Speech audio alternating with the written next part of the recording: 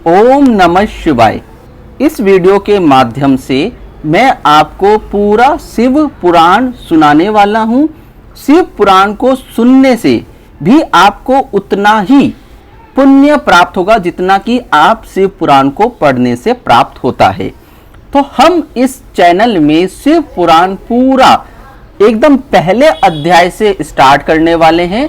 इस श्रावण मास में शिव पुराण की एक अलग ही महिमा है। तो आइए शुरू करते हैं पहला अध्याय। पहला अध्याय सूत जी द्वारा शिव पुराण की महिमा का वर्णन। इस अध्याय के अंदर सूत जी के द्वारा शिव पुराण की महिमा का वर्णन किया गया है। तो श्रोताओं से मुझे निवेदन है, पूरा वीडियो ध्यान से सुने, आपको बहुत ही अच्छा लगेगा। श्री सोनक जी ने पूछा, महाज्ञानी सूत जी, आप संपूर्ण सिद्धांतों के ज्ञाता हैं, कृपया मुझसे पुराणों के सार का वर्णन करें।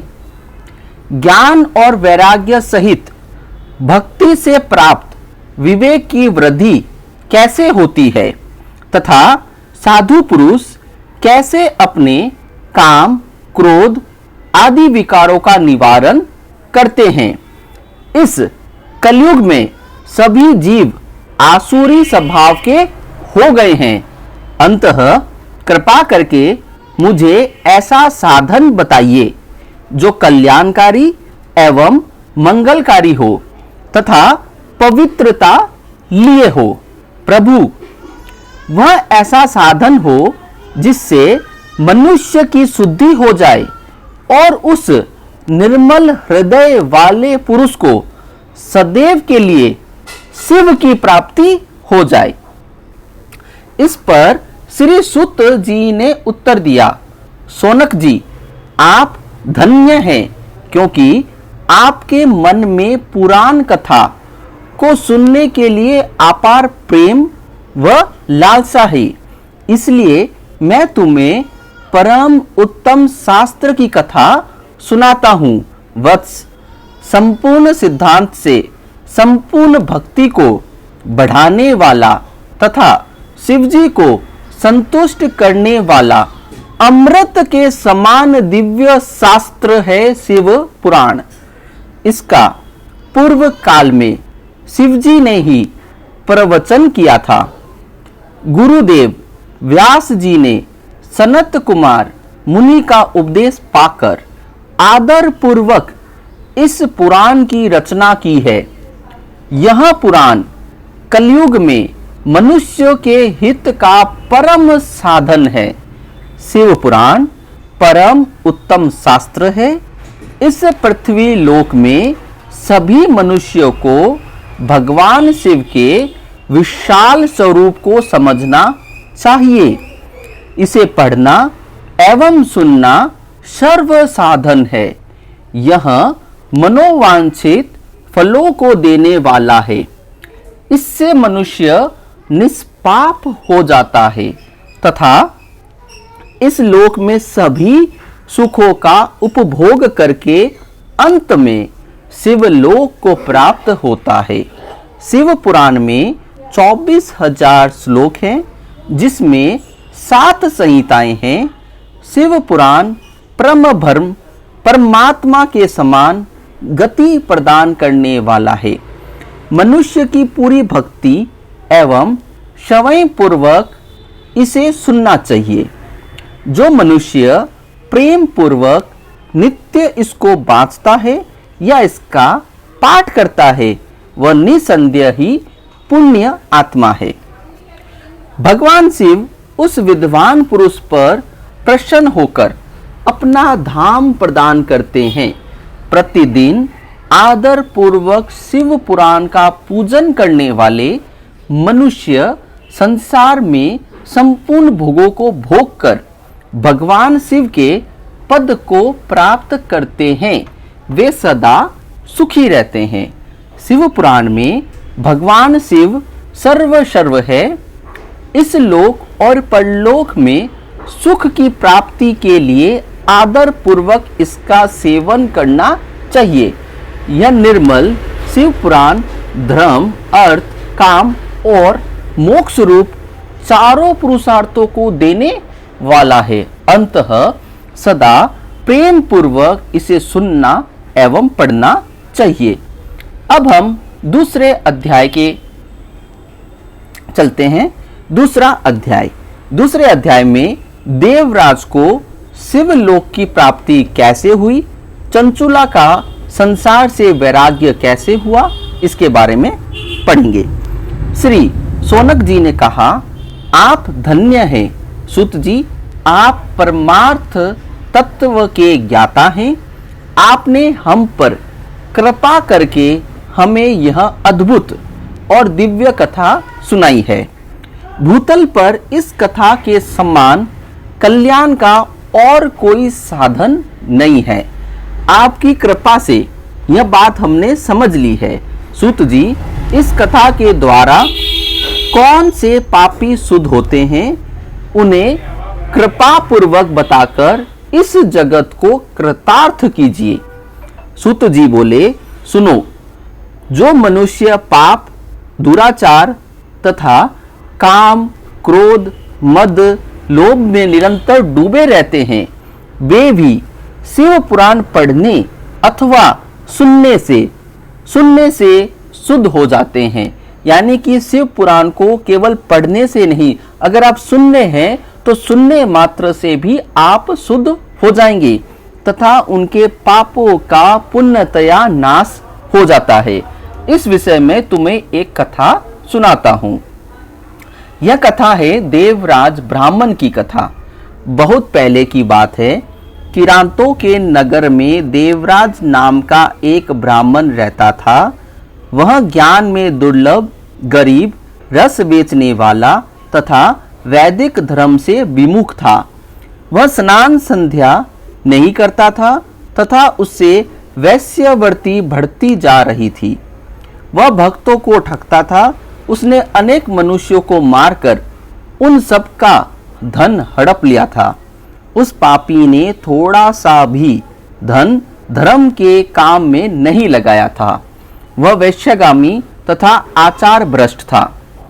एक दिन वह घूमता हुआ देवयोग से प्रतिष्ठानपुर जा पहुंचा। वहां उसने एक शिवालय देखा जहां बहुत से साधु महात्मा एकत्र हुए थे। देवराज वहीं ठहर गया।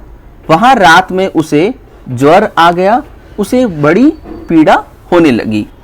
वहीं पर एक ब्राह्मण देवता शिव पुराण की कथा सुना रहे थे। ज्वर में पड़ा देवराज भी ब्राह्मण के मुख से शिव कथा को निरंतर सुनता रहता था। एक मास बाद देवराज ज्वर से पीड़ित अवस्था में चल बसा। यमराज के दूत उसे बांधकर यमपुरी ले गए। तभी वहां शिवलोक से भगवान शिव के पार्षदगण आ गए। वे कपूर के समान उज्जवल थे।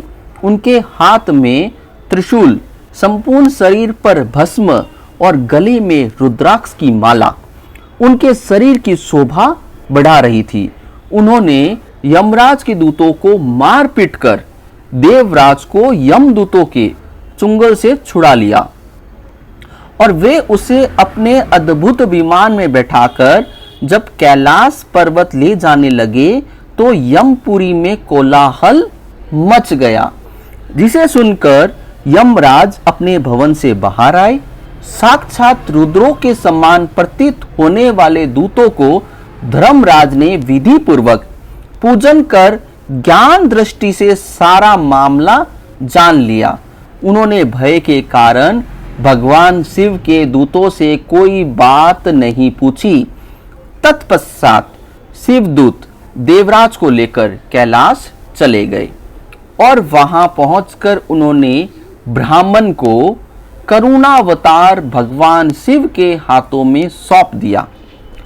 सोनक जी ने कहा, महाभाग सुत जी, आप सर्वज्ञ हैं। आपकी कृपा प्रसाद से मैं कृतार्थ हुआ। इस इतिहास को सुनकर मेरा मन आनंदित हो गया।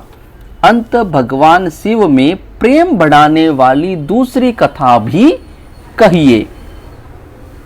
अब हम तीसरा अध्याय विदुंग ब्राह्मण की कथा। श्री सूत जी बोले, सोनक सुनो, मैं तुम्हारे सामने एक अन्य गोपनीय कथा का वर्णन करूंगा, क्योंकि तुम शिव भक्तों में अग्रगण्य व वेताओं में श्रेष्ठ हो।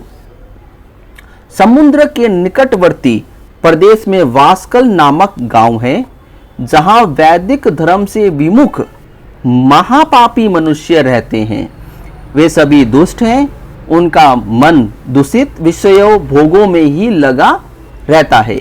वे देवताओं एवं भाग्य पर विश्वास नहीं करते। वे सभी कुटिल वृत्ति वाले हैं, किसानी करते हैं और विभिन्न प्रकार के अस्त्र शस्त्र रखते हैं।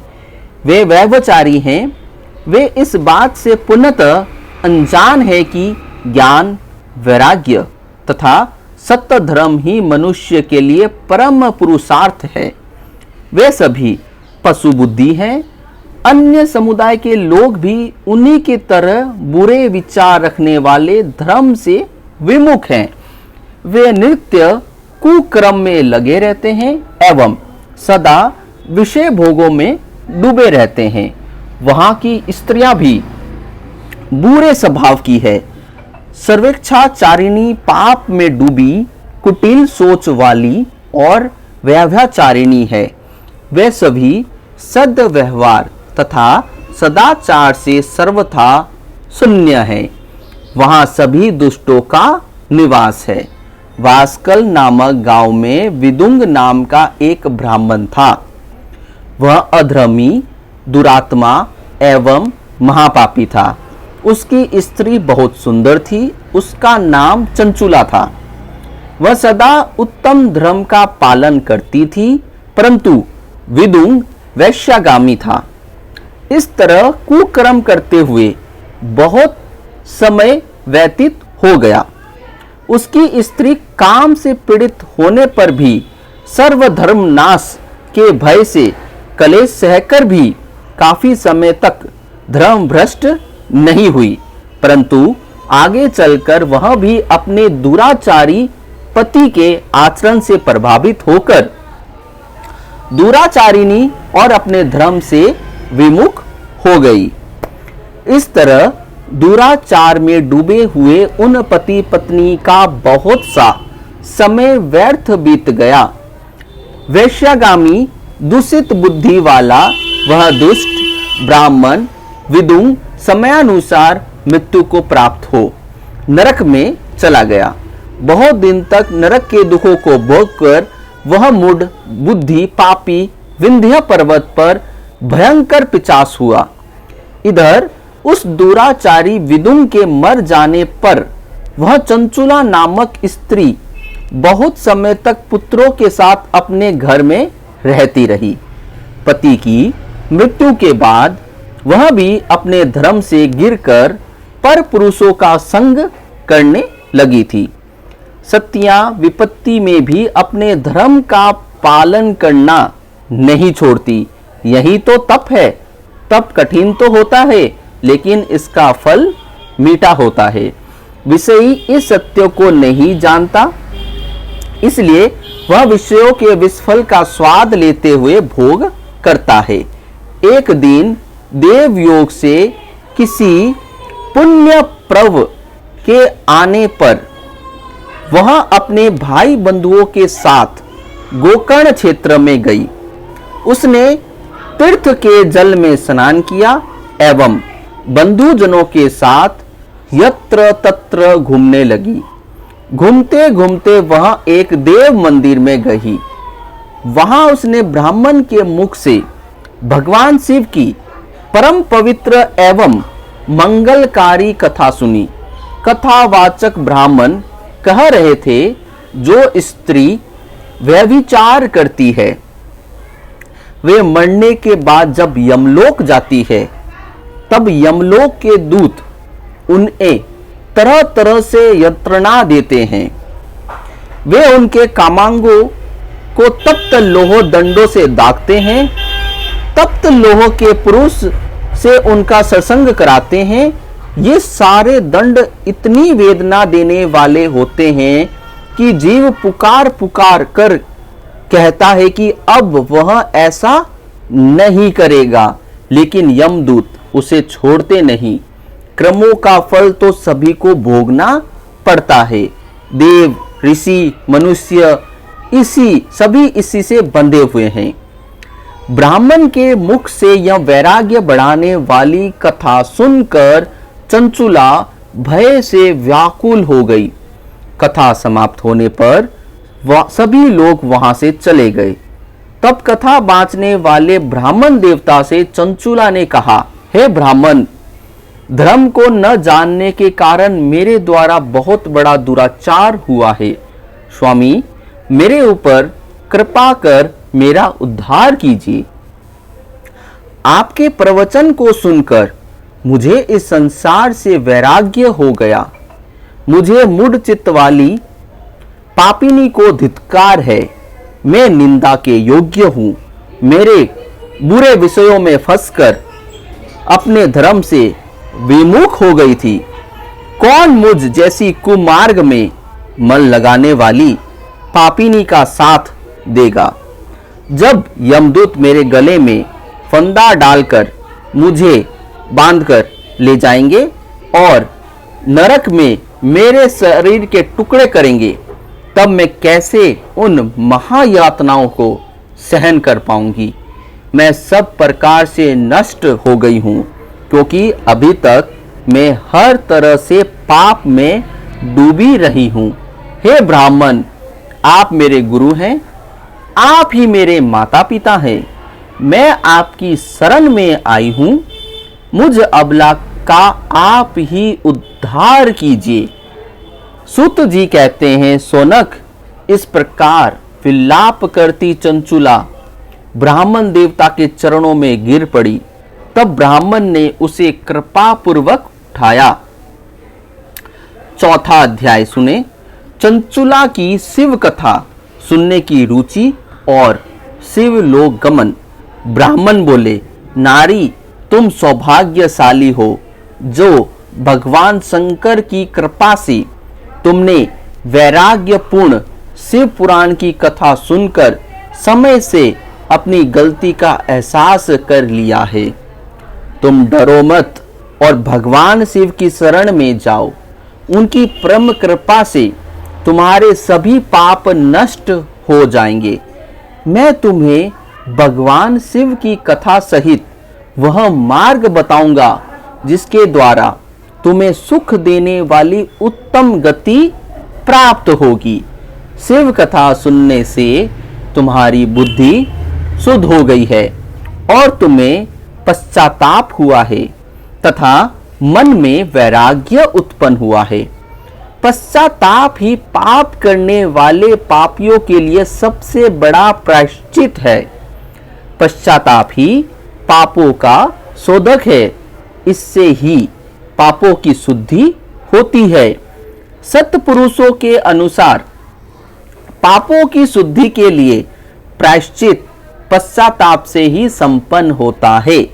जो मनुष्य अपने कुकर्म के लिए पश्चाताप नहीं करता वह उत्तम गति प्राप्त नहीं करता, परंतु जिसे अपने कुकृत्य पर हार्दिक पश्चाताप होता है वह अवश्य उत्तम गति का भागीदार होता है।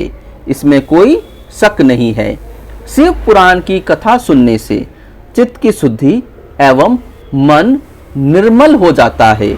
शुद्ध चित्त में ही भगवान शिव और पार्वती का वास होता है। यह शुद्धात्मा पुरुष सदाशिव के पद को प्राप्त होता है।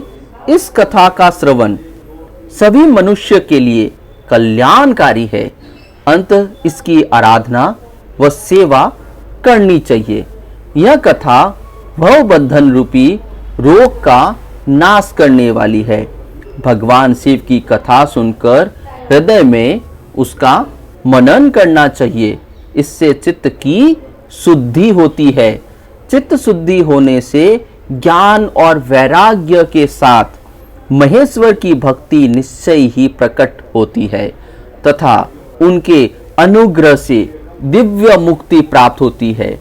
जो मनुष्य माया के प्रति आसक्त है वह इस संसार बंधन से मुक्त नहीं हो पाता।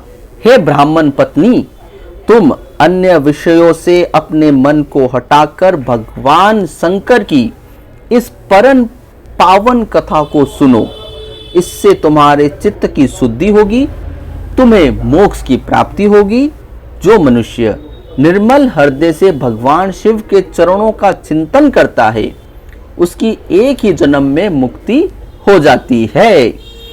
सुत जी कहते हैं, सोनक, यह कहकर वे ब्राह्मण चुप हो गए। उनका हृदय करुणा से भर गया, वे ध्यान में मगन हो गए। ब्राह्मण का उक्त उपदेश सुनकर चंचुला के नेत्रों में आनंद के आंसू छलक गए। हर्ष भरे हृदय से ब्राह्मण देवताओं के चरणों में गिर गई और हाथ जोड़कर बोली, मैं कृतार्थ हो गई। हे ब्राह्मण, शिव भक्तों में श्रेष्ठ स्वामिन, आप धन्य हैं, आप परमादर्शी हैं, आप सदा परोपकार में लगे रहते हैं। साधो, मैं नरक के समुद्र में गिर रही हूँ, कृपा कर मेरा उद्धार कीजिए। जिस पौराणिक व अमृत के समान सुंदर शिव पुराण कथा की बात आपने की है उसे सुनकर मेरा मन में वैराग्य उत्पन्न हुआ है।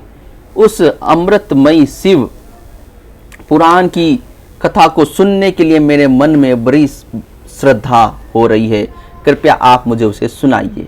सुत जी कहते हैं, शिव पुराण की कथा सुनने की इच्छा मन में लिए हुए चंचुला उन ब्राह्मण देवता की सेवा में वहीं रहने लगी। उस गोकर्ण नामक महाक्षेत्र में उन ब्राह्मण देवता के मुख से चंचुला शिव पुराण की भक्ति, ज्ञान, वैराग्य बढ़ाने वाली तथा मुक्ति देने वाली परम उत्तम कथा सुनकर कृतार्थ हुई। उसका चित्त शुद्ध हो गया। वह अपने हृदय में शिव के सगुण रूप का चिंतन करने लगी। वह सदैव शिव के सच्चिदानंद रूप स्वरूप का स्मरण करती थी। तत्पश्चात उसका संपूर्ण समय पूर्ण होने पर चंचुला ने बिना किसी कष्ट के अपना शरीर त्याग दिया। उसे लेने के लिए दिव्य विमान वहां पहुंचा। वह विमान शोभा साधनों से सजा था एवं शिव गणों से सुभूषित था। चंचुला विमान से शिवपुरी पहुंची। उसके सारे पाप धुल गए। वह दिव्यांगना हो गई। वह गोरागी देवी मस्तक पर अर्धचंद्र का मुकुट एवं अन्य दिव्य आभूषण पहने शिवपुरी पहुंची। वहां उसने सनातन देवता त्रिनेत्रधारी महादेव शिव को देखा। सभी देवता उनकी सेवा में भक्ति भाव से उपस्थित थे। उनकी अंग क्रांति करोड़ों सूर्यों के समान प्रकाशित हो रही थी। 5 मुख और हर मुख में 3 नेत्र थे। मस्तक पर अर्धचंद्राकार मुकुट शोभायमान हो रहा था। कंठ में नील चिन्ह था। उनके साथ में देवी गौरी विराजमान थी जो विद्युत पुंज के समान प्रकाशित हो रही थी। महादेव जी की कांति कपूर के समान गौर थी। उनके शरीर पर श्वेत वस्त्र थे तथा शरीर श्वेत भस्म से युक्त था। इस प्रकार भगवान शिव के परम उज्जवल रूप के दर्शन कर चंचुला बहुत प्रसन्न हुई। उसने भगवान को बारंबार प्रणाम किया और हाथ जोड़कर प्रेम, आनंद और संतोष से युक्त हो विनीत भाव से खड़ी हो गई। उसके नेत्रों से आनंद आंसुओं की धारा बहने लगी। भगवान शंकर व भगवती गौरी उमा ने करुणा के साथ सौम्य दृष्टि से देखकर चंचुला को अपने पास बुलाया। गौरी उमा ने उसे प्रेम पूर्वक अपनी सखी बना लिया। चंचुला सुख पूर्वक भगवान शिव के धाम में उमा देवी की सखी के रूप में निवास करने लगी। अब हम 5वां अध्याय विदुम का 50 योनि से उद्धार। सूत जी बोले, सोनक, एक दिन चंचुला आनंद में मगन उमा देवी के पास गई और दोनों हाथ जोड़कर उनकी स्तुति करने लगी। चंचुला बोली, हे गिरिराज नंदिनी स्कंद माता उमा, आप सभी मनुष्य एवं देवताओं द्वारा पूज्य तथा समस्त सुखों को देने वाली हैं। आप शंभु प्रिया हैं, आप ही सगुना और निर्गुणा हैं। हे सच्चिदानंद स्वरूपिणी, आप ही प्रकृति की पोषक हैं। हे माता, आप ही संसार की सृष्टि, पालन और संहार करने वाली है। आप ही ब्रह्मा विष्णु महेश को उत्तम प्रतिष्ठा देने वाली परम शक्ति है। सुत जी कहते हैं, सोनक, सदगति प्राप्त चंचुला इस प्रकार देवी की स्तुति कर शांत हो गई। उसकी आंखों में प्रेम के आंसू उमड़ आए। तब शंकर प्रिया भक्त वत्सला उमा देवी ने बड़े प्रेम से चंचुला को चुप कराते हुए कहा, सखी चंचुला, मैं तुम्हारी स्तुति से प्रसन्न हूं। बोलो, क्या वर मांगती हो? चंचुला बोली, हे गिरिराज कुमारी, मेरे पति विदुम इस समय कहाँ हैं? उनकी कैसी गति हुई है मुझे बताइए और कुछ ऐसा उपाय कीजिए ताकि हम फिर से मिल सके। हे महादेवी, मेरे पति एक शूद्र जाति वैश्य के प्रति आसक्त थे और पाप में डूबे रहते थे। गिरिजा बोली, बेटी, तुम्हारे पति विदुंग बड़ा पापी था, उसका अंत बड़ा भयानक हुआ। वैश्य का उपभोग करने के कारण वह मूर्ख नरक में अपने अनेक वर्षों तक अनेक प्रकार के दुख भोग कर अब शेष पाप को भोगने के लिए विंध्य पर्वत पर 50 की योनि में रह रहा है। वह दुष्ट वही वायु पीकर रहता है और सब प्रकार के कष्ट सहता है। सुत जी कहते हैं, सोनक, गौरी देवी की यह बात सुनकर चंचुला अत्यंत दुखी हो गई। फिर मन को किसी तरह स्थिर करती हुई दुखी हृदय से मां गौरी से उसने एक बार फिर पूछा, हे महादेवी, मुझ पर कृपा कीजिए और मेरे पापी पति का अब उद्धार कर दीजिए। कृपा करके मुझे यह उपाय बताइए जिससे मेरे पति को उत्तम गति प्राप्त हो सके। गौरी देवी ने कहा, यदि तुम्हारा पति विदुंग शिव पुराण की पुण्यमयी उत्तम कथा सुने तो वह इस दुर्गति को पार करके उत्तम गति का भागी हो सकता है। अमृत के समान मधुर गौरी देवी का यह वचन सुनकर चंचुला ने दोनों हाथ जोड़कर मस्तक झुकाकर उन्हें बारंबार प्रणाम किया तथा प्रार्थना की कि मेरे पति को शिव पुराण सुनने की व्यवस्था कीजिए। ब्राह्मण पत्नी चंचुला ने बार बार प्रार्थना करने पर शिव प्रिया गौरी देवी ने भगवान शिव की महिमा का गान करने वाले गंधर्वराज तुम्बुरो को बुलाकर कहा, तुम्बुरो, तुम्हारी भगवान शिव के प्रति की प्रीति है? तुम मेरे मन में सभी बातें जानकर मेरे कार्यों को सिद्ध करते हो। तुम मेरी इस सखी के साथ विंध्य पर जाओ। वहां एक महाघोर और भयंकर पिशाच रहता है। पूर्व जन्म में यह पिशाच विदुंग नामक ब्राह्मण मेरी इस सखी चंचुला का पति था। वह वैश्यागामी हो गया। उसने स्नान संध्या आदि नित्य कर्म छोड़ दिए। क्रोध के कारण उसकी बुद्धि भ्रष्ट हो गई। दुर्जनों से उसकी मित्रता तथा सज्जनों से द्वेष बढ़ गया था। वह अस्त्र शस्त्र से हिंसा करता, लोगों को सताता और उनके घरों में आग लगा देता था। चांडालों से दोस्ती करता वह रोज वेश्या के पास जाता था। पत्नी को त्याग कर, दुष्ट लोगों से दोस्ती कर उन्हीं के संपर्क में रहता था। वह मृत्यु तक दुराचार में फंसा रहा। मृत्यु के बाद उसे पापियों के भोग स्थान यमपुर ले जाया गया। वहां घोर नरकों में सहकर इस समय वह विंध्य पर्वत पर पिशाच बनकर रह रहा है और पापों का फल भोग रहा है। तुम उसके सामने परम पुण्यमयी पापों का नाश करने वाली शिव पुराण का दिव्य कथा का प्रवचन करो। इस कथा को सुनने से उसका हृदय सभी पापों से मुक्त होकर शुद्ध हो जाएगा और वह प्रेत योनि से मुक्त हो जाएगा। दुर्गति से मुक्त होने पर विदुंग नामक पिशाच को विमान पर बैठाकर तुम भगवान शिव के पास ले आना।